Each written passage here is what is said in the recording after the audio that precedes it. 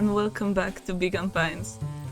We're just at the beginning, I think, not even in the middle of the new and the last actually timeline that we had the option to pursue.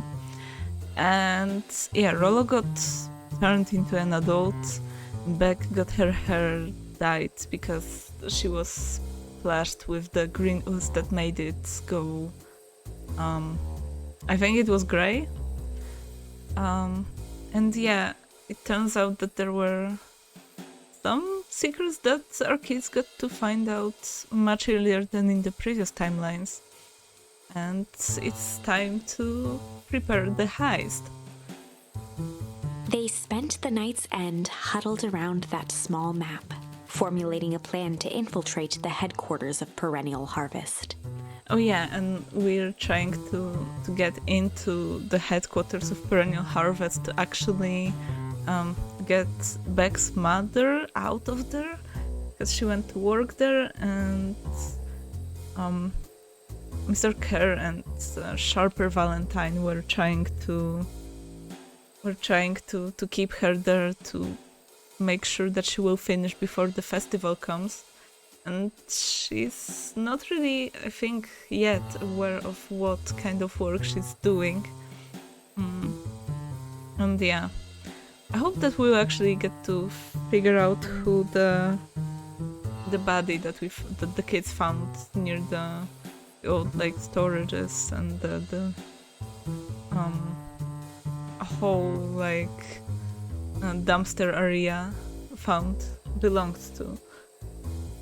So yeah, let's see. It would be no small feat. A modern facility equipped with all manner of technology. Not to mention the swarm of clipboards that would most certainly be scattered throughout. By the time the sun began to peek through the car window used as a makeshift balcony door, all were in agreement.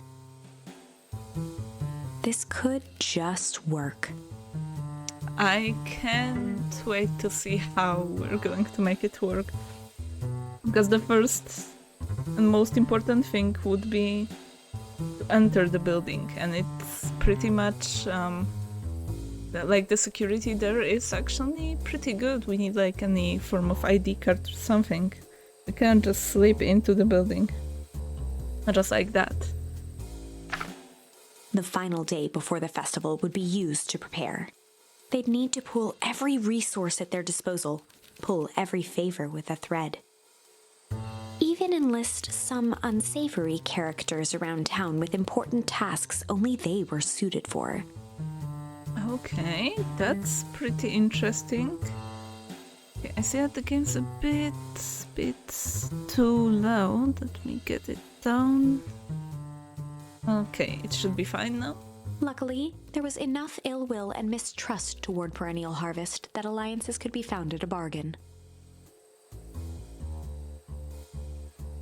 I mean, okay, but are they aware of who they can trust and who they cannot trust? I think that... Oh, also, I think that Roxy and the rest of the town haven't seen Rollo yet, so this may be quite a shocker for them. I think that Rollo is still marked as missing, right? Because he was kidnapped. And then he was made into an adult and then escaped. So at the moment I think they also spent like Lucas spent the whole day out of his house looking for Rollo, then went into the treehouse, and that's where they all spent the night. Luca, Beck, and Rollo rubbed their eyes as they exited the treehouse. Yeah, it's the morning already. They hadn't slept at all that night. There was no time. The festival was to begin in one day, and they each had their assignments. I wonder if we will actually get to, like, steer each of the characters to do their assignment. I hope so. It would be pretty interesting, actually.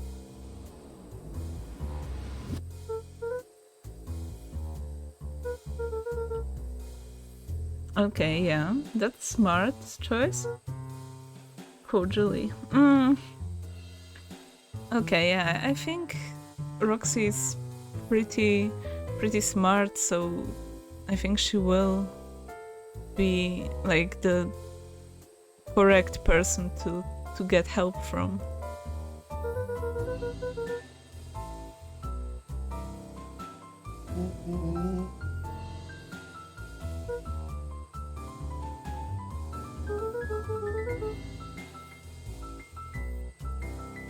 Well, he should just tell her the truth.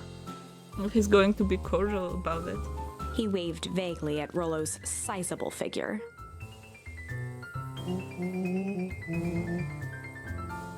I don't think that's how it works, Rollo, but good luck with that.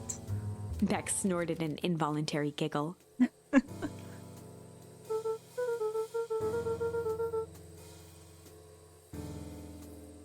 Well, I'm not sure if it's actually the best idea to tell Beck's mother about it, but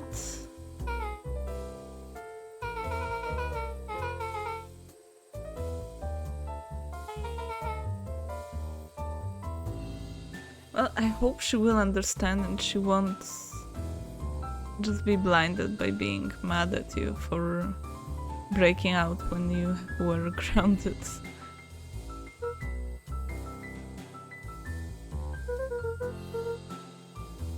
Geoff and Iggy, okay, that's a pretty interesting choice. I think it makes kinda sense to involve Geoff because he's... or Geoff? I'm not really sure. Because he's actually one of the people that can arrange some stuff, like he's thrush diving or something.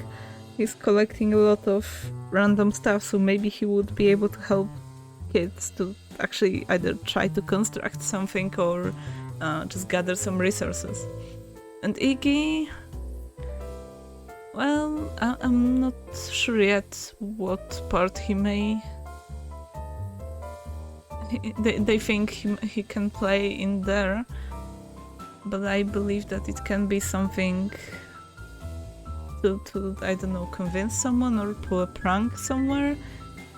And I'm sure that's a good option to use. Like, the good argument to convince him would be to just say that he will be able to spread some mischief around and he will just go with it.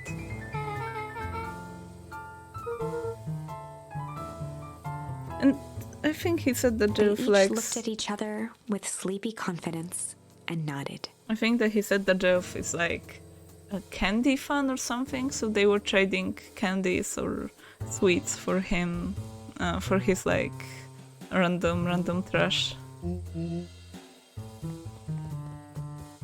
Okay. So we're starting with Geoff. Iggy and Tish, okay, yeah. Go. I think we can collect. Oh, that wasn't here before, I think. That's a new one. Still looking for some new stuff to gather. Can we talk with him? No? Okay, where can we find Iggy and Tish? How about Dawn distance? Dawn, any news?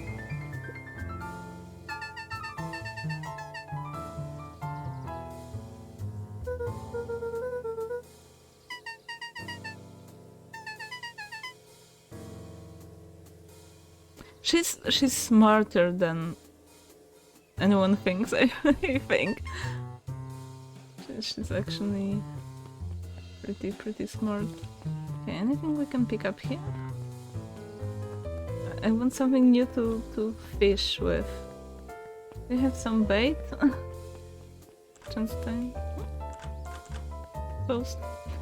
Okay, we're not able to go anywhere there. Maybe the cafe or here? Nothing? Can we pick something here? Can I chat with him? No. History museum, no.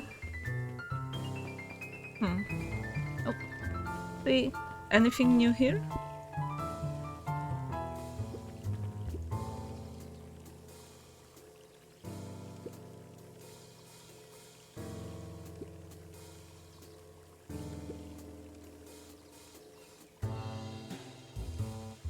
Okay, that's an interesting part. Let's see in the cafe, maybe? The birds cannot go there. Okay, where could they be? Maybe near the warehouse? Also, can we check this? No. But that we could enlighten, look a bit. Hi, Geo.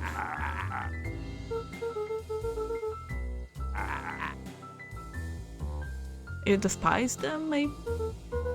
I didn't say it was there. I love his vibe. Really do. Jeff wheezed out a long snicker. Yeah, that's an interesting perspective to just tell him straight everything.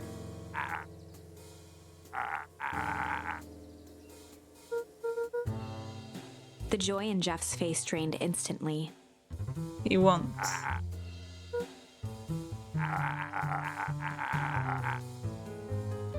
Well, they're planning something not nice. Looking into the sullen eyes of his would-be accomplice, Luca blurted out the first word that came to mind.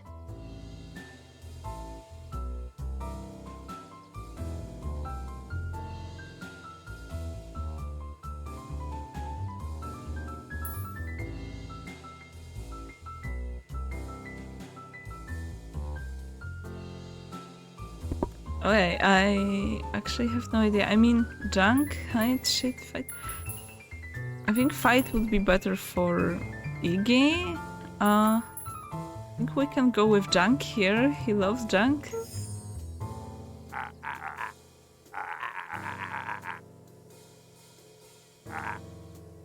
Okay.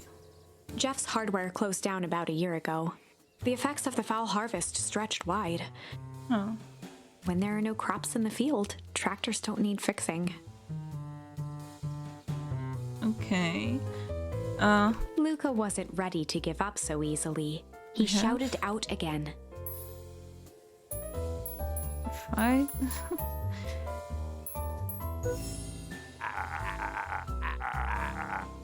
Okay. Come on. Once again. Shit.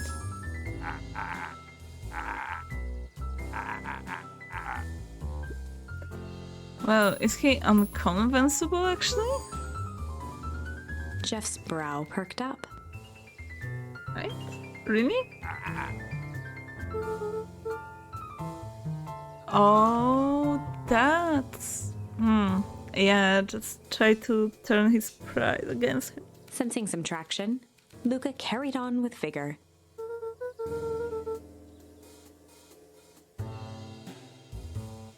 That's actually a great argument that you got yourself.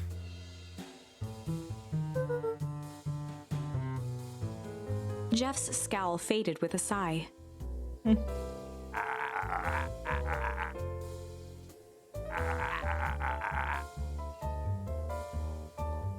One good stomp of the foot was all Jeff needed to drive his point home. Perfect, that's all we needed.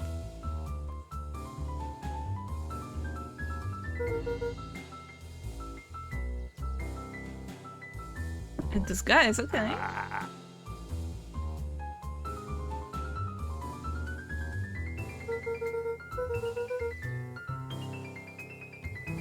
A crate, wait.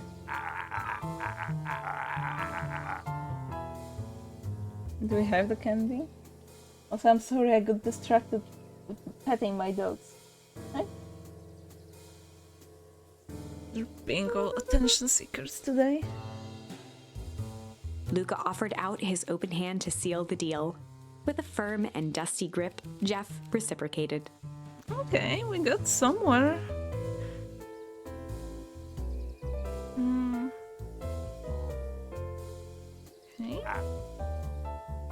them. In the morning, okay, so it will take him the whole day to prepare. It's not ideal, but I mean, I guess there's nothing better than actually try to strike when the festival will be happening, because we can actually get to like get all their attention away. Can you? Hey, yeah, sorry. My dogs are not being helpful. Okay, we need to find Tish and Iggy. Nothing here? Can we go into Nank's or no? Oh, stop licking me. I would be grateful. Well, yeah, here they are. Hey? Yeah. Come on. Stop. I'm sorry about that. Okay. Oh yeah, because previously he just tickled them instead of choosing violence, actually. Iggy raised an eyebrow suspiciously.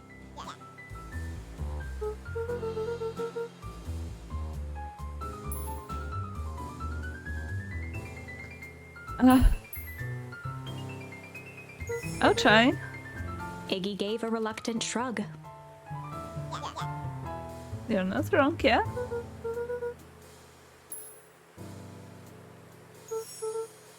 Okay, so it's getting a bit harder. Iggy considered the point. Yeah, they were.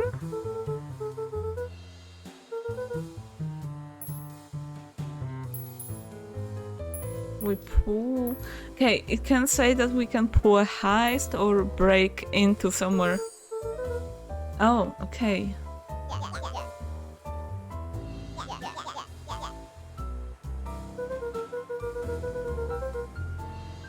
Oh yeah, I think that's a great argument. As I said, if he will hear that he can go and do some mischief around, that will be ideal. Huh? That's a good girl. Yes, you are. Yeah, I'm sorry. A wild-eyed grin spread across Iggy's face.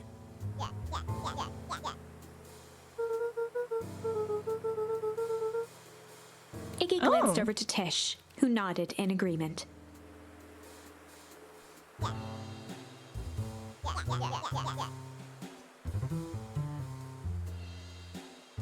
Yeah, I bet it's not about the treehouse at all. Yeah, not at all. Can you stop With a quick nod, Luca was off. being menace? Yeah. Go lay down and be a good dog. Thank you. Okay, so we got... Well, Iggy and Tish doesn't even know. Iggy gazed up at Tish with a smile. Oh. A single tear ran down Tish's cheek.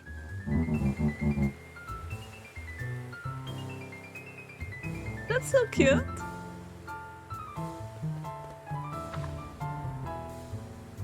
Chapter 7. Into the Hive. Okay, we got another chapter. It's 18 minutes. I hope the next chapter won't be so long. Okay.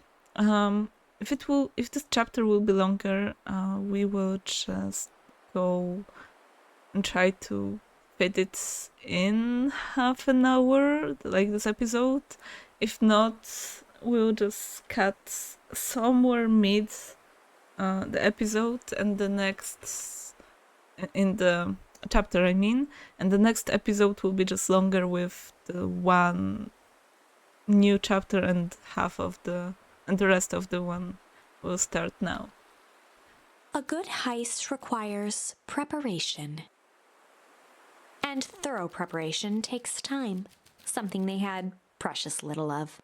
And will we get to see Beck and Rollo dealing with their side of preparation as well? So far, everything was in order.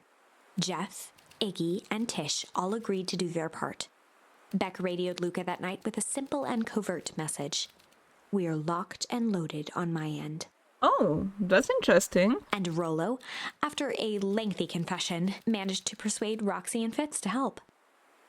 He stowed away in mission control for the night to avoid attracting attention.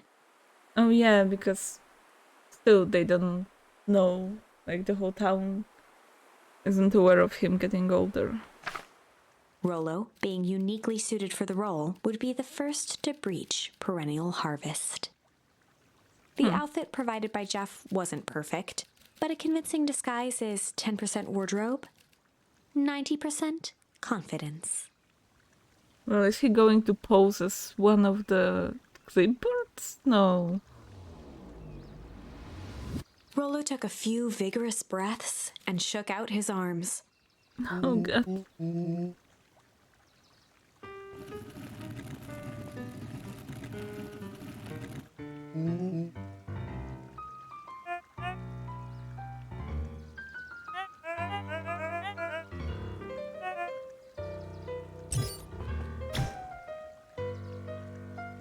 Did I just go in while he was going? He had to think quick.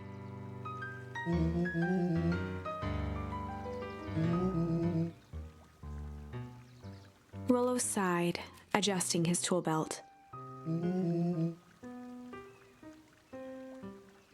Oh, yeah. I think that hit the spot, actually.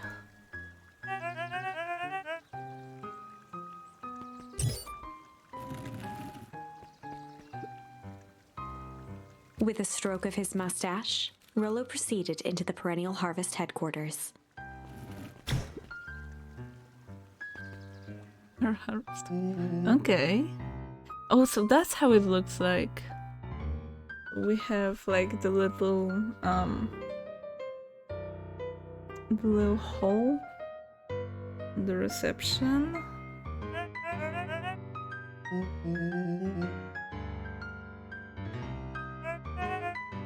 He stammered and flipped through the pages of his clipboard.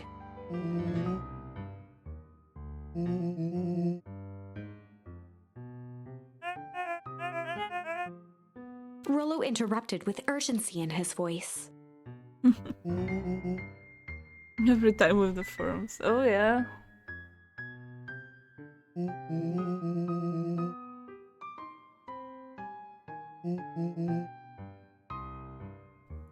Yeah, he's being smarter actually. I think that's the much like the whole Greenu's maturity potion came with some greater mental states.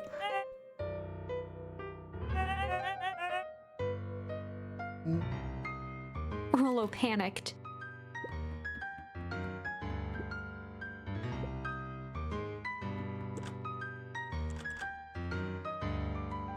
Oh.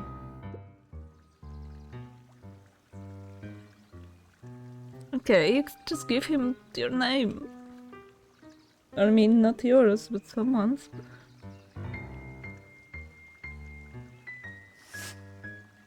The fireworks again. The distraction was enough for Rollo to regain his confidence. The clipboard fumbled around in a frenzy.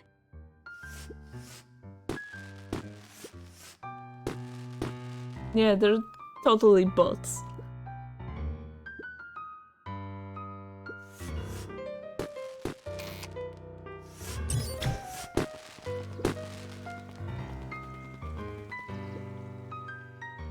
Okay, we're locked before one pair of door and now two.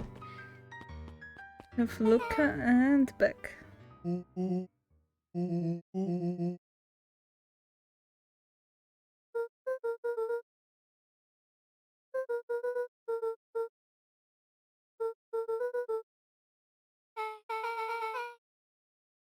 Okay, so it's the door ahead.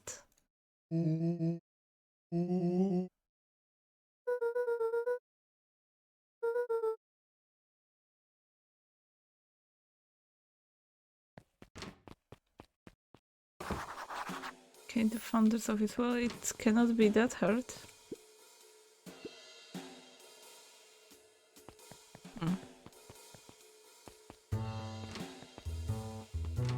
Can we actually go with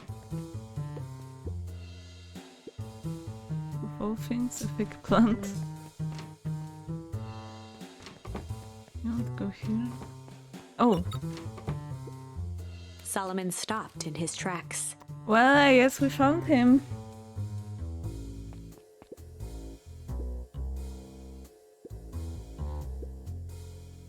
Are you okay? Oh no. Going to actually tell him the whole plan. A veneer of confusion flashed across Solomon's face. His words rushed out dramatically.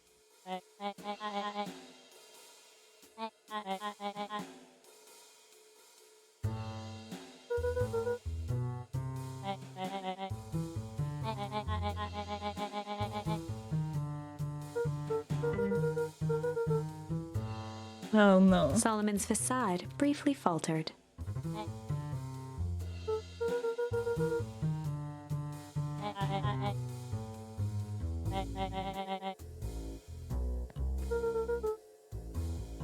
Okay. The catches again. Well.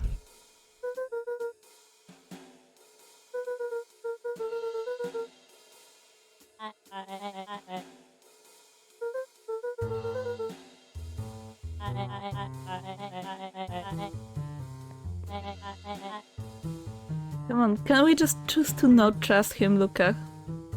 Come on. Luca happened to notice a plaque above the door.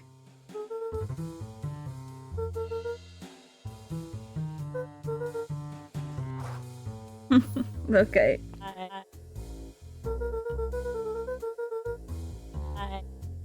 Truly Luca fortunate. tried the handle.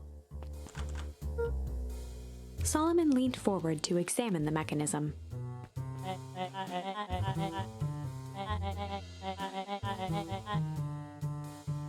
Luca smiled and looked at his watch. Wait, is this something that they had planned as well?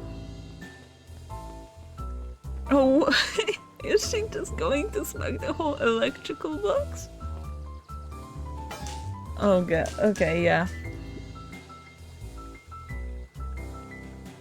I think that the light bulbs from the spirits and the mouse wouldn't be really happy about that. And the pink guy is also enjoying it.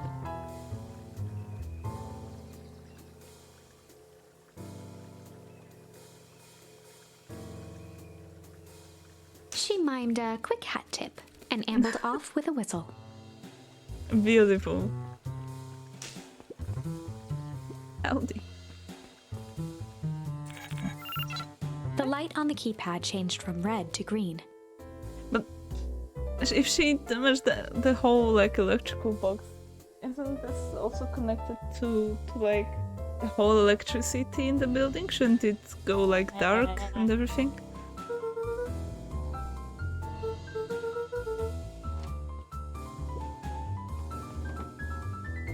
Okay. Luca switched on his walkie-talkie. Oh, I see his photo with Eris and Augustus. Will Luca actually realize who's the founder?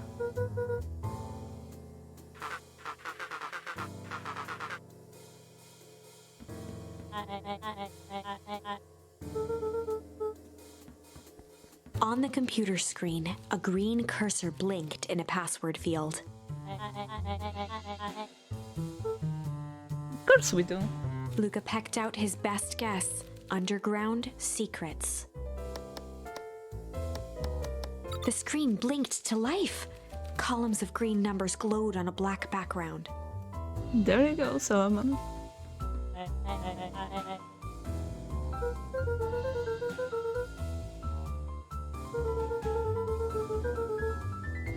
Oh, that's going to damage his ego big time.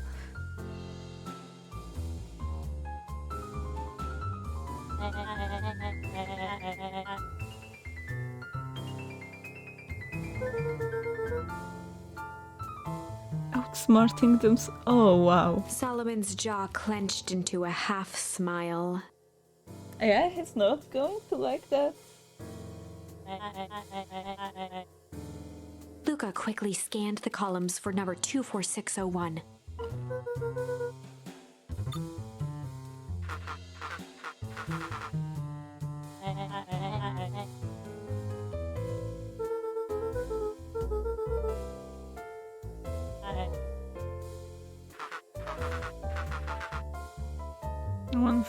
Once again, Luca scrutinized the numbers on the screen. In that moment of distraction, Solomon reached forward and pressed a large red button.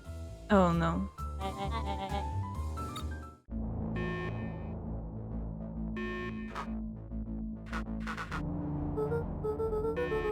He quickly skimmed the screen with his finger.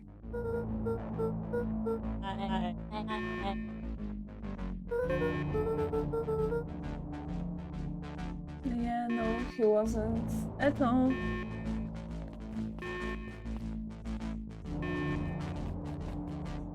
Can't Luca just like close the door after?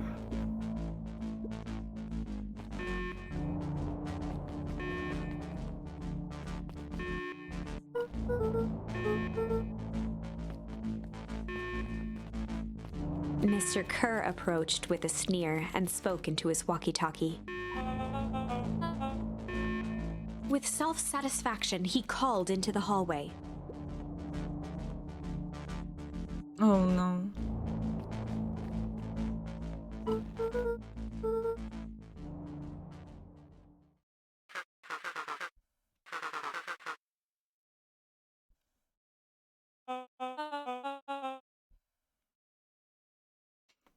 Oh, they think... Okay, so they think they were chasing these two? Nope. Come on. She just kicked me. Yeah, she did. She definitely did.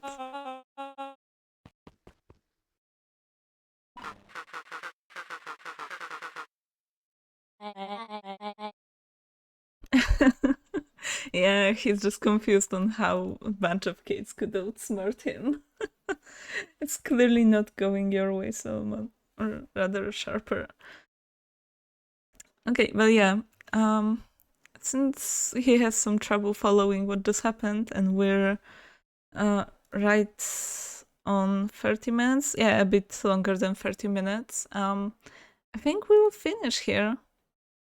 So thank you so much for watching, guys. We'll finish this chapter and start the new one the next week. And hopefully the story will actually lead us to a good ending this time, since this seems to be the last branch that we could follow. So yeah, thank you so much for watching and see you the next week. Bye!